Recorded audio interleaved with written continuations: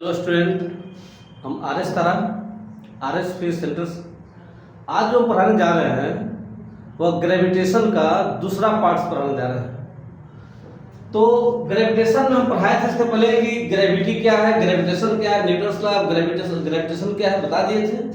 आज जो हम पढ़ाने जा रहे हैं वह ग्रेविटेशनल फील्ड के बारे में पढ़ाने जा रहे हैं। ग्रेविटेशनल फील्ड के बारे में। और ग्रेविटेशनल फील्ड क्या है जानना जरूरी है। जैसे देखते हो ना बहु तुम लोग कि जिस मोहल्ला में रहते हो ना उस मोहल्ला में कोई कुत्ता रहता है, एकदम सड़ा भी रहेगा, एकदम पतला गला हुआ रहेगा, लेकिन दूसरे मोहल्ला से कोई कुत्ता उसमें घुस जाए तो भौंकते हुए भगा देता है उसको। इतना भौंकेगा कि दूसरा कुत्ता भाग जाएगा। आप लोग देखे वो लिखा रहता है कि कुत्तों से सावधान, मानिए उतना क्षेत्र जितना क्षेत्र में इस कुत्ता का प्रभाव है उसको कुत्ता का क्षेत्र बोलेंगे। उसी प्रकार जैसे ना कहीं गुंडा है, बहुत बड़ा गुंडा है और उसका इलाका है, भाई इतना इलाका में देगा तो उसका इसका वर्चस्व है, तो उतना क्षेत्र जितना क्षेत्र में किसी गुंडा का प्रभाव है उसको गुंडा का क्षेत्र बोलते हैं। उसी प्रकार उतना फील्ड जितना फील्ड में ग्रेविटेशनल फोर्स का प्रभाव पड़ता है उसको ग्रेविटेशनल फील्ड बोलते हैं। उतना क्षेत्र जितना क्षेत्र में ग्रेविटेशनल फोर्स का प्रभाव पड़ता है उसी फील्ड को क्या बोलते हैं, ग्रेविटेशनल फील्ड बोलते हैं। तो परिभाषा में लेते हैं द स्पेस और region up to which a gravitational force is applied is called gravitational field। अब जो बताने जा रहे हैं वो ग्रेविटेशनल फील्ड इंटेंसिटी के बारे में बताएंगे।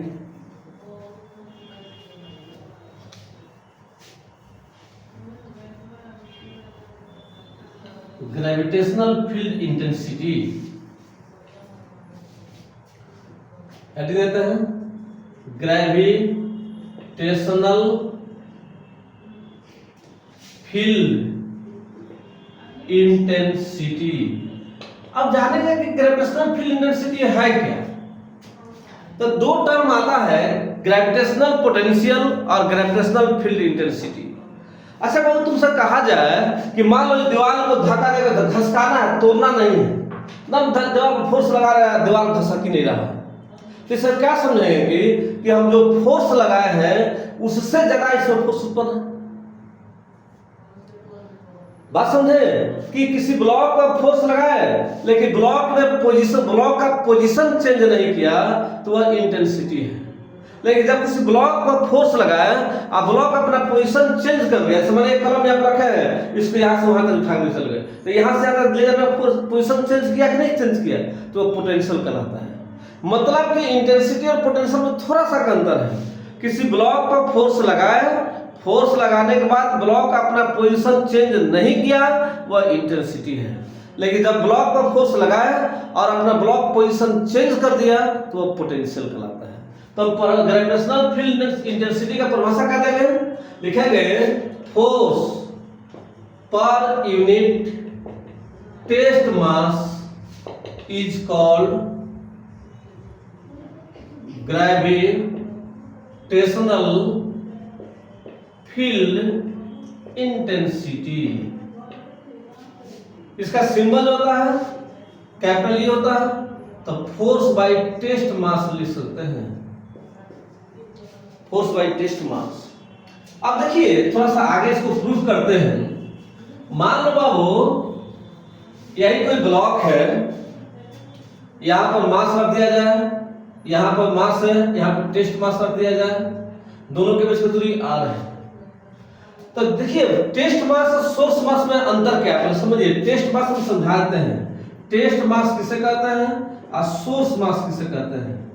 सोर्स मास किसे कहते हैं, टेस्ट मास क्या है। मान लो तुम सब्जी बना रहे हैं, क्या बना रहे हो सब्जी, तो सब्जी को चेक करना है कि पका कि नहीं, तो सभी आलू को चाहे सभी सब्जी को निकाल कर मिक्स कर देखते हैं, चेक करते हैं कि पका के नहीं, एक पीस को निकाल कर चेक किया।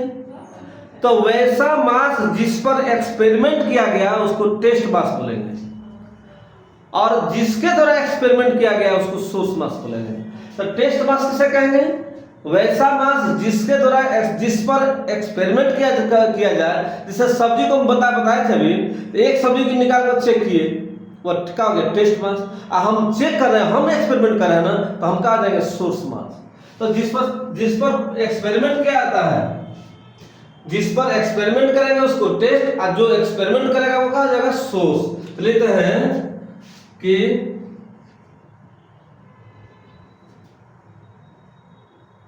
ठीक है, the mass on which experiment is done is called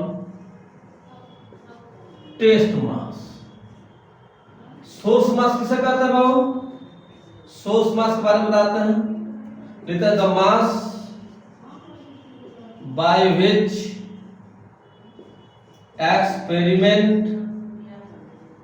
experiment is done is called source mass. अब हम चलते हैं, जो हम ग्रेविटेशन के बारे में समझा रहे थे, इसमें इंटेंसिटी के बारे में जो समझा रहे थे उस पर आ रहे हैं बात पर।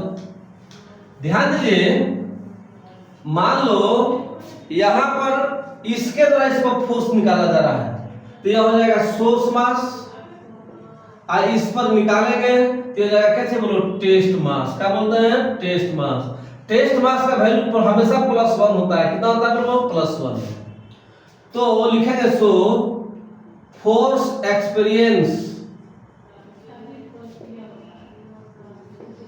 Bye test mass. किसके द्वारा? टेस्ट मास के द्वारा। तो फोर्स का फॉर्मूला क्या होता है? A = G m delta m0 by r square. यही पूरा न्यूटन का फोर्स था। इसको नीचे डिवाइड कर देंगे तो A बटा डेल्टा m0 लिख सकते हैं Gm बाई r स्क्वायर, और A बटा डेल्टा m0 क्या लिखा था? अभी इंटेंसिटी लिखा था ना, तो m बाई r स्क्वायर। यही तुम्हारा इंटेंसिटी का फॉर्मूला निकल गया। क्या निकल गया? इंटेंसिटी का फॉर्मूला।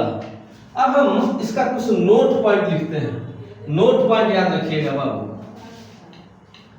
जैसा देखिए, पहला नोट पॉइंट में याद रखिए, बताते हैं जनरली, ऐसे एक दो एक्सेप्शन में है, जनरली फिजिक्स में किसी भी फार्मूला में यदि इंटेंसिटी लगा दीजिए, किसी भी टर्म में इंटेंसिटी लगा दीजिए तो वेक्टर बन जाता है।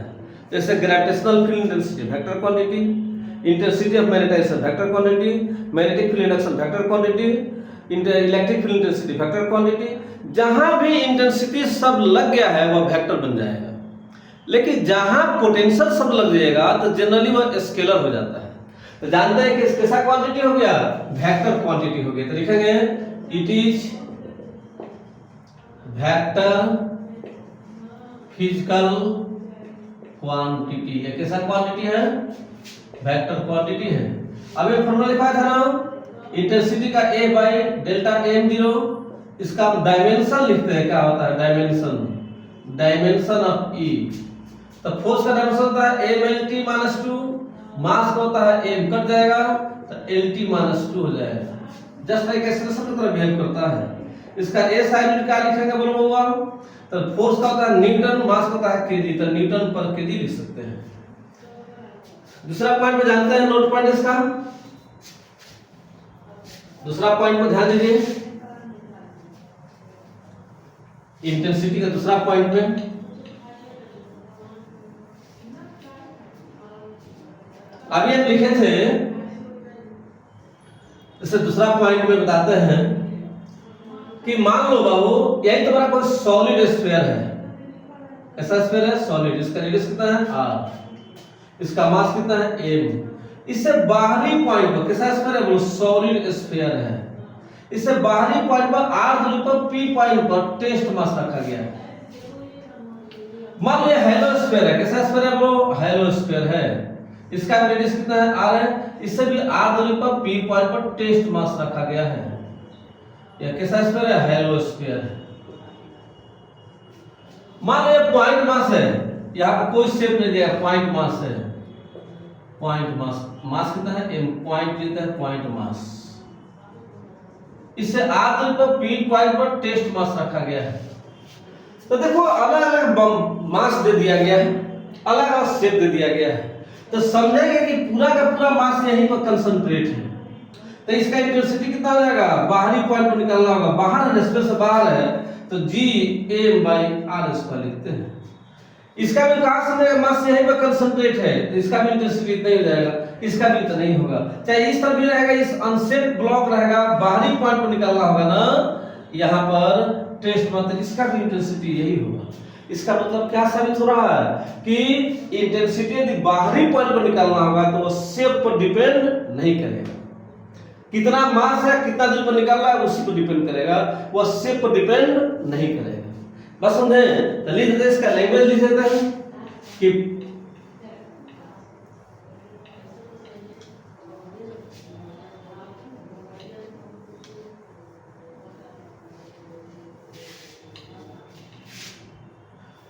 For external point for solid और hollow sphere whole of the mass is supposed to be concentrated at its center, इसका सेंटर पर है। तीसरा पॉइंट में जानते हैं, तीसरा पॉइंट दिखा रहे बाबू नोट पॉइंट में,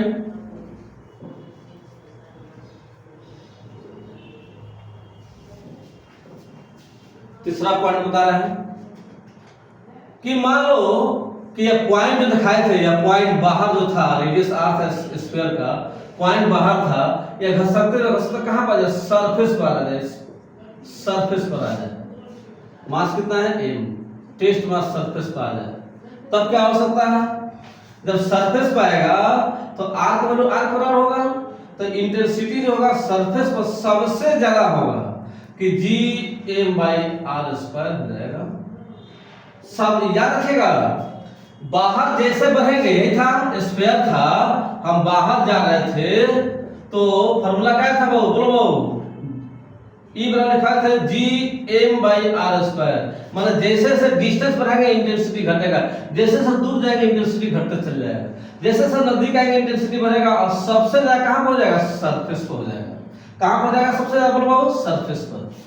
बस समझे, और सरफेस के अंदर भी जाएंगे ना तो इंटेंसिटी घटता है। लीजिए इसके बारे में पहले समझ लीजिए, तीसरा पॉइंट पर इसका लैंग्वेज लिख देते हैं,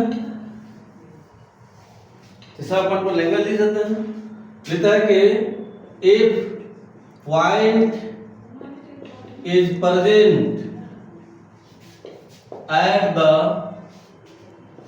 सरफेस ऑफ स्फीयर देन, तब इंटेंसिटी कितना होना चाहिए, तो इंटेंसिटी कितना था बोलो सरफेस पर, बोलो बाबू, अभी कहता है G M by R square, यही इंटेंसिटी हो जाएगा। अगला पॉइंट पर ध्यान देते हैं, मान लीजिए 4 नंबर पॉइंट में यदि पॉइंट सरफेस से अंदर में आ जाए तब क्या हो जाएगा, ले लेते हैं अगला पॉइंट में, if point is present inside the sphere,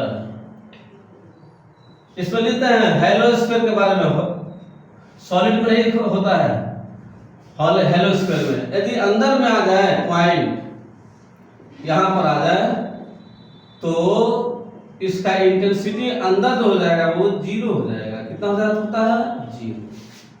बस समझे, इस तरह ग्राफ देखे तीनों के बारे में स्थिति में, इसका तो इंटेंसिटी दिखाते हैं इधर, ये r बराबर 0 सेंटर पर हो गया, r बराबर r सरफेस हो जाएगा, और r बाहरी पॉइंट के लिए हो जाएगा, तो सेंटर से सरफेस पर 0 हो गया, सरफेस पर इसका मैक्सिमम होता है, और जैसे ही सरफेस से बाहर जाएंगे इंटेंसिटी घटते चल जाएगा।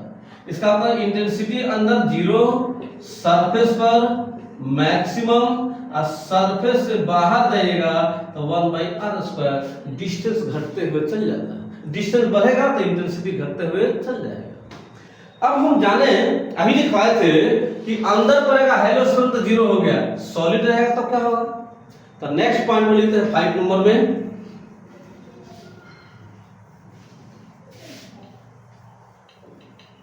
5 नोट पॉइंट रखिए।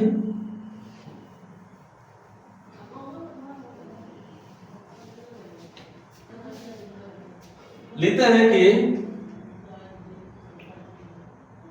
5 नंबर में in case of volume distribution of mass intensity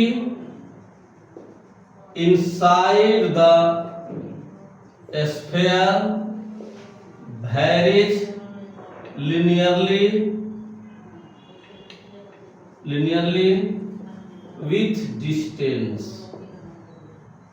जैसे इस लैंग्वेज को हम समझाते हैं, पहले एक मिनट समझ लिख लिए, इसका हो गया। अगला पॉइंट पर आप समझिए, इसके बारे में पूरा डिटेल में समझाते हैं। हम जानेंगे कि वॉल्यूम डिस्ट्रीब्यूशन ऑफ मास क्या है।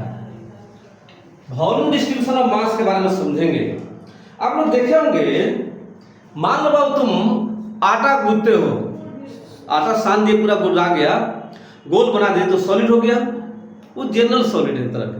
उसमें से थोड़ा सा पूरा खींचिएगा ना तो टूटेगा नहीं, लमते जाएगा। फिर उसको सटाइएगा ना तो फिर पहले वाला शेप में नहीं आएगा। इसका मतलब वो क्या है, जनरल सॉलिड है। आप देखेंगे ना, आपका एकदम लीला बहुत चिकना है, आ जाके एकदम दीवार पर टकरा जाइए, फूल जाएगा इतना बड़ा। अब फूल जाएगा तो उसको अंदर किया जाएगा, नहीं जाएगा। जब अंदर नहीं जाएगा, वो धीरे धीरे अंदर जाएगा तो वो जनरल सॉलिड होगा, जनरल सॉलिड हो गया। लेकिन अनार देखिए, अनार में बाहर से देखना सॉलिड है, उसके अंदर जितना दाना वो सब सॉलिड है। अनार आराम से काट दीजिए, उसके एक दाना को निकालिए, आराम से निकल जाएगा, फिर उसको अंदर बैठे तो बैठ जाएगा। इसका मतलब क्या हुआ कि सॉलिड के अंदर सॉलिड रहेगा, उसको वॉल्यूम डिस्ट्रीब्यूशन बोलते हैं। क्या बोलते हैं? जैसे मान लो ये सॉलिड है, सॉलिड के अंदर सॉलिड इस तरह दिखाते हैं, या सॉलिड छोटा छोटा दाना दिखा दिए, सॉलिड के अंदर सॉलिड, तो यही वॉल्यूम डिस्ट्रीब्यूशन कहलाता है। तो वॉल्यूम डिस्ट्रीब्यूशन के केस में इंटेंसिटी अंदर जीरो नहीं होता है। मान लो इसका मास पूरा m है, इसका रेडियस मानते हैं r है, यहां से हमको r वैल्यू को p पॉइंट पर निकालना है। अब इसके बारे में समझिए। मान लीजिए आप कहीं रह रहे हैं, जिस शहर में रह रहे हैं, तो आपको लगेगा इतना ही बड़ा दुनिया है आपके लिए। इसका मतलब समझो ना कि किसी मेढक कोई तालाब में रहता है तो लगता है पूरा तालाब में उसको लगेगा उतना ही बड़ा दुनिया है।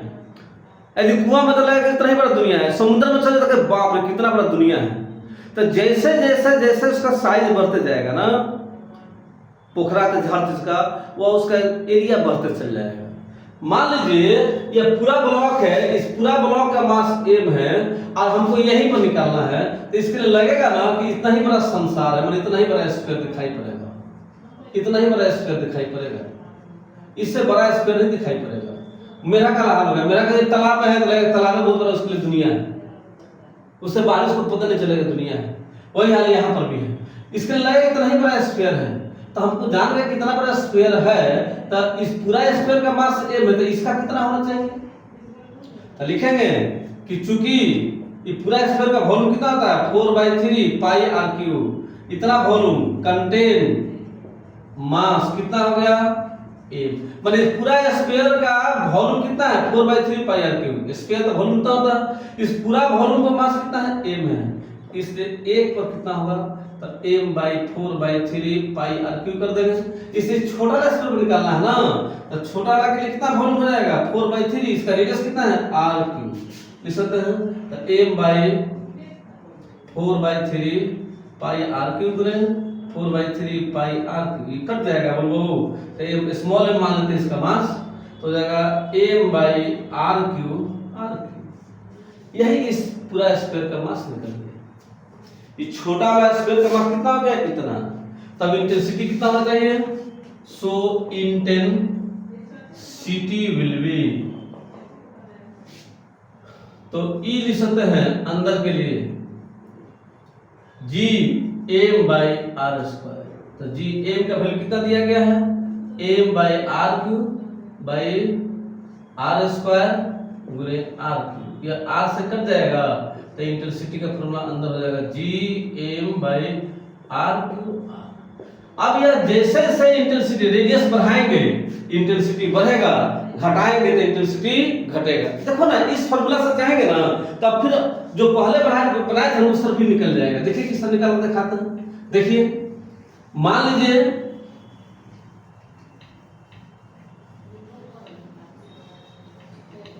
इस फार्मूला से बना के दिखाते हैं आपको। देखिए इस फार्मूला से हम चाहेगा अभी जो 3 के से पहले पढ़ाए थे उसमें भी आ जाएगा।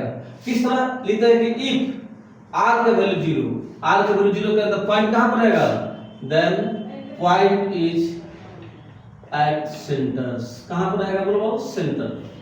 तो इंटेंसिटी सेंटर पर कहां हो जाएगा, देखो बाबू G M by R cube 0 हो गया तो ऐसे ना सेंटर पर 0 नहीं था, आ गया। दूसरा कहता है इफ r बराबर r देन पॉइंट कहां रहेगा, then point is at surface. कहां पर आ गया, वो सरफेस पर आ गया। तो सरफेस पर कहा जाएगा इंटेंसिटी सरफेस पर G M by R cube पूरे आर। अब कट जाते ये बच जाएगा, बोलो बाबू कटेगा तो बच जाएगा ना, तो इंटेंसिटी सरफेस पर कितना जाएगा, जी एम बाई आर। उसको तो आ गया, कोई दिक्कत नहीं। तीसरा केस देखिए ना एक प्रकार का क्या आ जाएगा,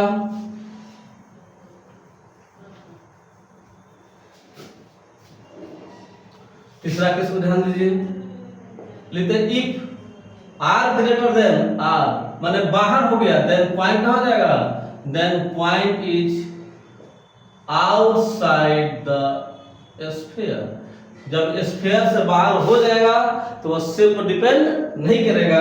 और क्या फॉर्मूला बन जाएगा तुम्हारा आउटसाइड के लिए, G M by R square. मतलब ये शेप पर डिपेंड नहीं करेगा कि हेलो है कि खोखला है, वह खोखला है कि सॉलिड है कि पॉइंट है, उस पर डिपेंड नहीं करेगा।